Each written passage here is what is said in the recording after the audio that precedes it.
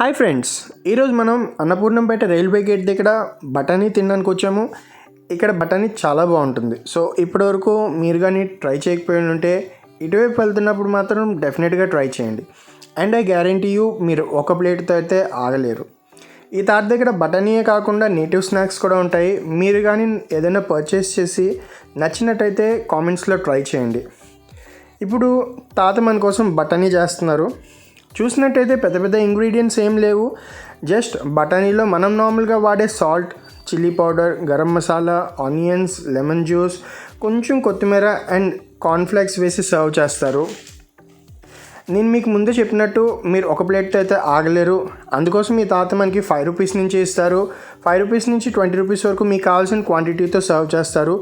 And మీరు కానీ ఒకవేళ మీ ఫ్యామిలీ మెంబర్స్కి తీసుకుని వెళ్దామంటే ఆయన అల్యూమినియం ఫాయిల్ బ్యాగ్లో కూడా ప్యాక్ చేస్తారు.